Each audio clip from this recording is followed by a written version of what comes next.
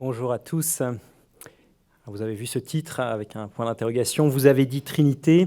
C'est donc bien l'objet de cette intervention de ce matin. Je vais commencer par une citation du catéchisme de l'Église catholique, au numéro 234. Le mystère de la très sainte Trinité est le mystère central de la foi et de la vie chrétienne.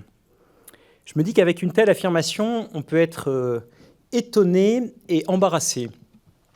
Étonné parce que je sais que beaucoup supposent que la Trinité est une invention un peu compliquée apparue au cours de la vie de l'Église, et donc en faire le mystère central de la foi et de la vie chrétienne, c'est peut-être un peu gênant. Embarrassé aussi parce que c'est un mystère que nous mettons régulièrement de côté. Je pense qu'à chaque fois qu'on nous pose des questions sur la Trinité, on ne sait pas quoi répondre, bien souvent, bien trop souvent. Voilà un peu les deux objectifs ambitieux de ce matin. Lever en partie l'étonnement, l'embarras devant cette affirmation de la Trinité, cette affirmation du catéchisme, selon laquelle le mystère de la très sainte Trinité est le mystère central de la foi et de la vie chrétienne. Pour cela, je voudrais d'abord montrer rapidement, trop rapidement, que la Trinité est bien présente dans la prédication de Jésus. Et ensuite, vous faire toucher du doigt qu'il y a deux questions qui se sont posées dans les premiers temps de l'Église, à savoir quelle est la relation du Père au Fils et quelle est la relation de l'Esprit au Père et au Fils. Ça vous fera donc 3 points. La Trinité dans la prédication de Jésus, le Fils de même nature que le Père et l'Esprit qui est l'Esprit du Père et du Fils. Alors parlons de la Trinité dans la prédication de Jésus.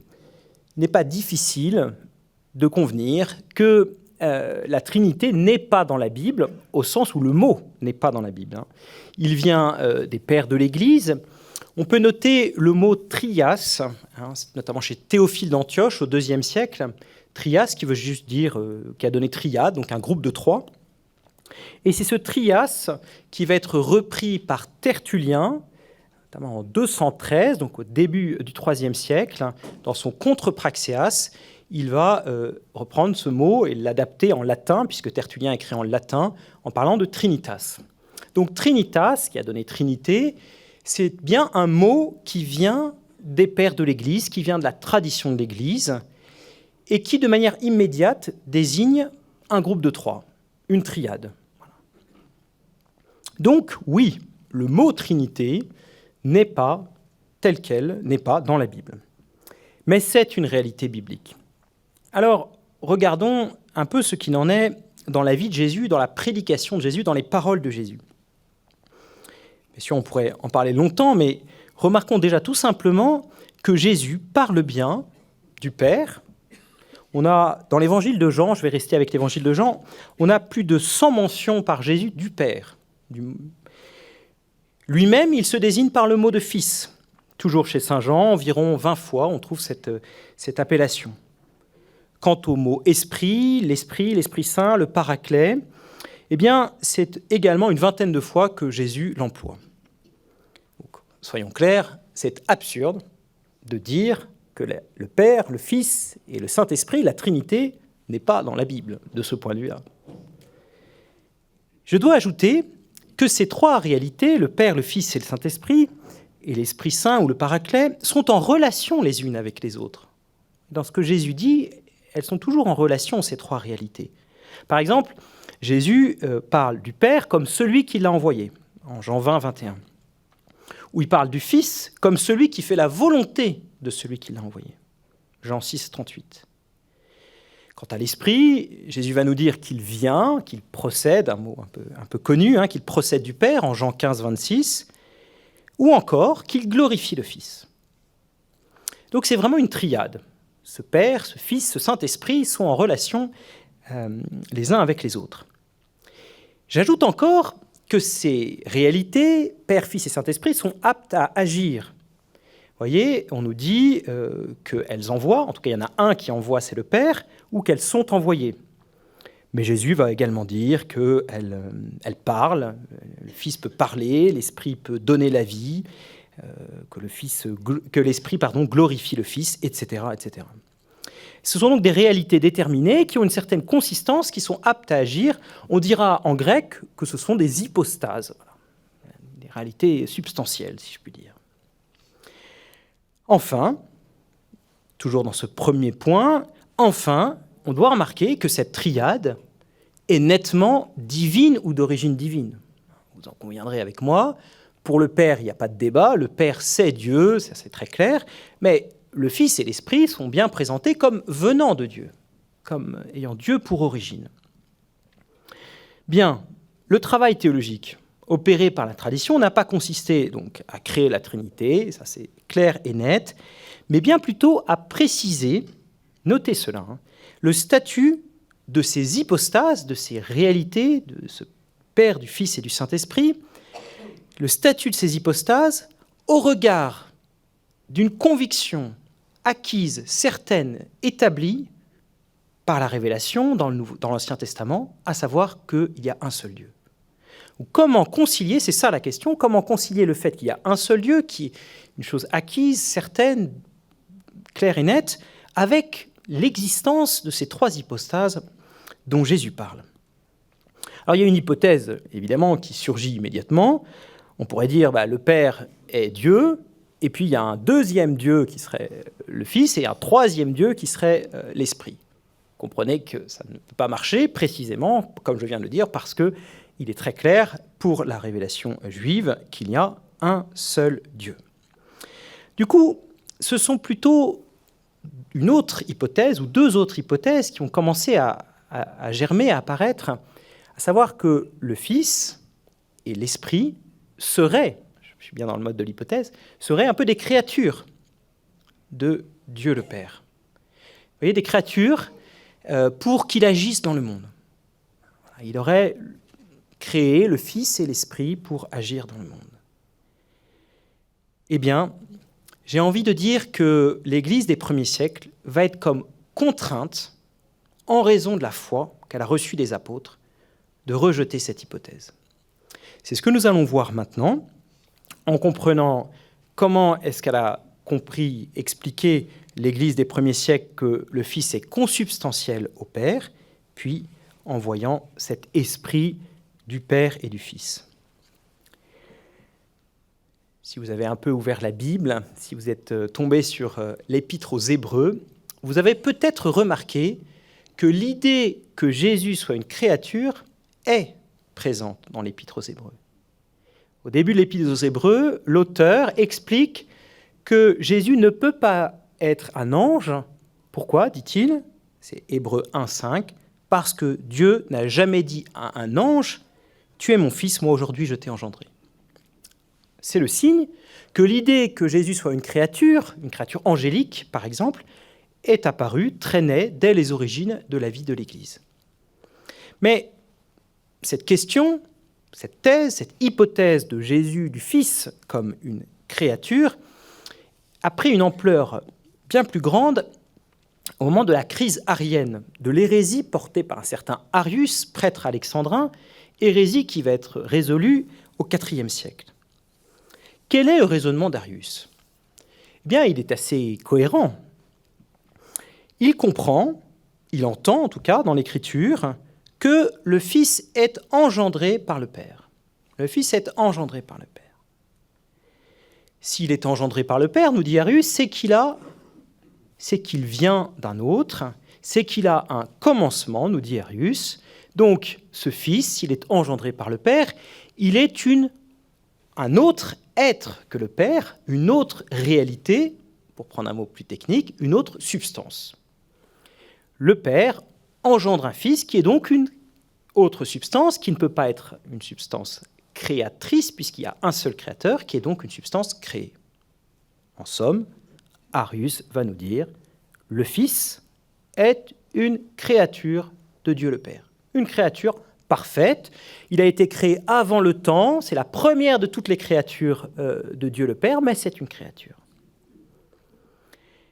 Peut-être savez-vous que cette position a été rapidement et largement adoptée par le monde chrétien. Pourtant, elle se heurte à de nombreuses difficultés.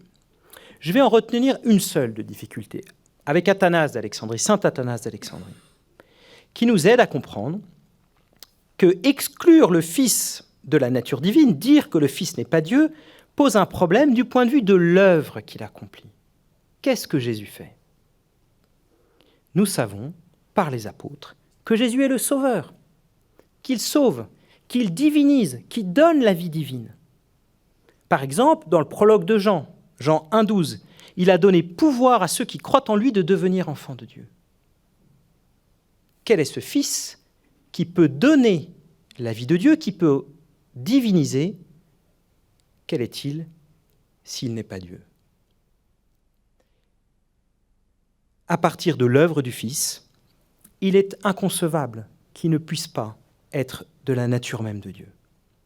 Alors, vous voyez comment une hérésie va conduire, parce que c'est ça ce qui est intéressant, à approfondir une affirmation. Le Fils est engendré par le Père. Qu'est-ce que ça veut dire ? Arius nous dit, ça veut dire que Dieu a créé son Fils à l'extérieur de lui. L'Église, dans la tradition, va comprendre que cet engendrement n'est pas la création d'une autre substance, mais que la substance même de Dieu, la nature même de Dieu, est le Père engendrant le Fils. La nature même de Dieu, la substance même de Dieu, est le Père engendrant le Fils. Alors, on trouvera ça dans le Concile de Nicée 325, qui nous déclare, vous avez cela certainement à l'esprit parce qu'il est dans le credo, le Fils est lumière de lumière, vrai Dieu de vrai Dieu, engendré non pas fait, consubstantiel au Père, ce que nous traduisions, nous, par de même nature que le Père. Vous voyez que l'idée, dans ce cas-là, c'est que Dieu reste bien un, unique. Il y a une seule nature divine, une seule substance divine. Ce sont plutôt les modalités de cette substance qui sont précisées. Cette substance divine unique est un engendrement éternel du Fils par le Père. Cette substance divine est un engendrement éternel du Fils par le Père. Mais on ne peut pas encore tout à fait comprendre la Trinité et ce mystère de Dieu si on ne convoque pas évidemment l'Esprit, le troisième, l'Esprit du Père et du Fils. Sans surprise, si on a contesté que le Fils soit Dieu, vous devinez par avance qu'on a aussi contesté que l'Esprit puisse être Dieu. Dans cette perspective, il est tout à fait notable que certains ont déduit du fait que le Fils était consubstantiel au Père, était de même nature que le Père, ont déduit de ce fait-là que l'Esprit ne pouvait pas être Dieu. Je m'explique. Leur thèse à ceci est simple. Si le Père engendre le Fils, il y a un engendré, le Fils. Mais l'Esprit qui vient du Père, s'il lui-même vient du Père, il serait donc un deuxième engendré. Le Père aurait donc deux fils, ça n'est pas possible, puisque l'Écriture nous dit qu'il y a un unique engendré, au prologue de Jean. Donc l'Esprit ne doit pas être Dieu. Voilà une des hypothèses. Eh bien, nous devons, encore une fois, à la tradition, grâce à une réflexion sur l'œuvre, sur l'action de l'Esprit, le rejet de cette thèse. Le rejet de cette thèse. Je pense par exemple à saint Grégoire de Nazianze, un des pères cappadociens du IVe siècle, qui nous dit « Mais cet esprit, c'est celui qui crée, dans le psaume 103, verset 30, c'est celui qui fait naître de nouveau. C'est celui, en Jean 3,5, c'est celui qui connaît toutes choses, première épître aux Corinthiens 2,10. C'est celui qui révèle la vérité tout entière, Jean 16, 13. Ou encore, et on pourrait citer d'autres passages de l'Écriture, c'est celui qui donne la vie, Jean 6, 63. Et saint Grégoire de Nazianze de se demander, mais comment cet esprit peut-il être une créature alors qu'il agit comme Dieu, avec les pouvoirs mêmes de Dieu ? L'activité proprement divine de l'esprit implique qu'il soit lui-même Dieu.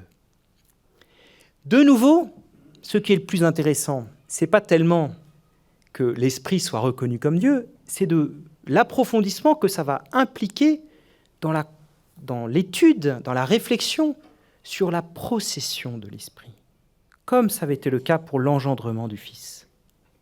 Et là, c'est un autre père de l'Église, saint Grégoire de Nice, du IVe siècle aussi, contemporain de Grégoire de Nazianze, qui fait remarquer quelque chose de très précieux.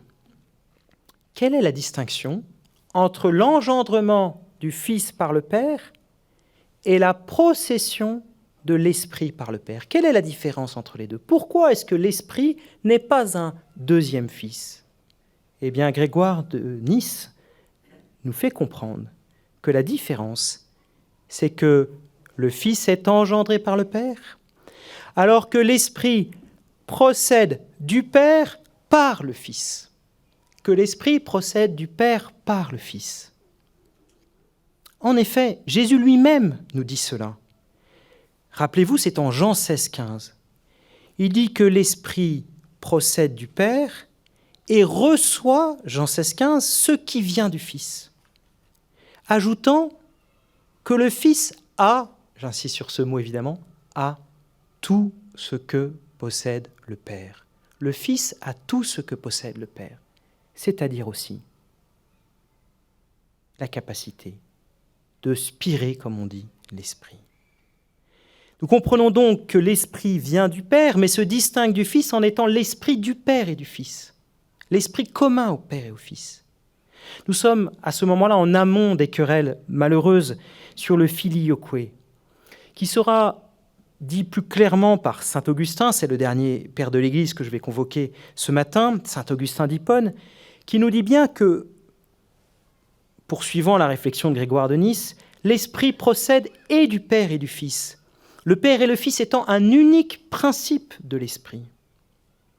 Alors, tout cela n'est pas pour multiplier les remarques compliquées, mais je voudrais maintenant essayer de vous faire sentir pourquoi est-ce que cette place de l'Esprit nous permet de comprendre l'unité divine. Si je dis que le Fils est engendré par le Père, j'ai toujours le risque, effectivement, d'avoir deux réalités face à face, deux réalités séparées. Mais si je comprends, grâce à saint Augustin, que cet esprit est l'esprit du Père et du Fils, je peux dire, avec ce Père de l'Église, que l'esprit est le lien d'amour entre le Père et le Fils. Le lien d'amour entre le Père et le Fils. Saint Augustin commente ce passage de Paul, de saint Paul, en Romains 11,36. Paul écrit « Puisque c'est de lui et par lui et en lui que sont toutes choses ». Et Augustin écrit que de lui renvoie au Père, puisque c'est la source de tout. Par lui renvoie au Fils, qui est le médiateur. Et en lui, je cite, renvoie à l'Esprit, car c'est celui qui renferme, c'est-à-dire qui forme le lien qui unit. Comme d'ailleurs, je ferme la citation, mais comme d'ailleurs, l'œuvre de l'Esprit en témoigne, l'esprit de réconciliation, l'esprit d'unité. L'Esprit est le lien. Si le Père engendre le Fils, leur unité est l'Esprit. Reprenons tout cela pour conclure. Qu'est-ce que nous avons vu ensemble? Nous avons tout d'abord établi que la triade ou la trinité désignait trois réalités, trois hypostases, si je prends le mot grec, divines ou d'origine divine, en relation les unes avec les autres, et que tout cela transparaissait de la prédication de Jésus. C'est ce que je vous ai dit au début, la Trinité est dans la bouche de Jésus, au sens où il ne cesse de parler du Père, du Fils et de l'Esprit, comme ces réalités divines ou d'origine divine qui sont en relation les unes avec les autres. Si bien que nous avons pu saisir que le travail théologique de l'Église des premiers siècles a consisté à déterminer le statut du Fils et de l'Esprit par rapport au Père. Vous voyez, c'est bien ça la question qui s'est posée. Ce Fils, cet Esprit, par rapport au Père, qu'en est-il? Nous avons montré, il me semble, que, loin d'être des inventions incongrues de la tradition, la divinité du Fils, la divinité de l'Esprit s'était imposée au Père, qui voyait bien que le Fils et l'Esprit agissaient dans le monde comme Dieu lui-même agit. Ainsi, au concile de Nicée pour le Fils, en 325, à celui de Constantinople, en 381 pour l'Esprit, fut reconnue leur divinité. Plus encore, nous avons montré que les hérésies d'Arius et celles, je n'ai pas employé le mot, mais maintenant vous l'avez, des pneumatomaques, ceux qui combattaient la divinité de l'Esprit, ont été l'occasion de réfléchir sur l'engendrement du Fils, sur la procession de l'Esprit. Je reprends ce que j'ai dit tout à l'heure. Pour le Fils, au lieu de voir un engendrement externe, au lieu d'imaginer que le Fils est une émanation de Dieu, une création de Dieu, les pères ont compris que l'engendrement était intérieur à la nature divine, interne, que la nature divine était elle-même cet engendrement du Fils par le Père. Quant à l'Esprit, elle a été comprise, elle a été distinguée de cet engendrement grâce au rôle du Fils dans la procession. Sous la conduite de saint Augustin en particulier, l'Esprit a été compris comme l'Esprit du Père et du Fils, le lien d'amour entre le Père et le Fils. C'est pourquoi tout cela doit nous aider à saisir que distinguer le Père, le Fils et l'Esprit, distinguer ces trois hypostases, n'est aucunement une menace pour l'unité de la divinité, n'est aucunement une menace pour la compréhension du Dieu unique, mais au contraire permet d'affiner ce mystère de l'unicité de Dieu, du Dieu unique. Dans cette Trinité toute spéciale, les trois ne sont pas séparés.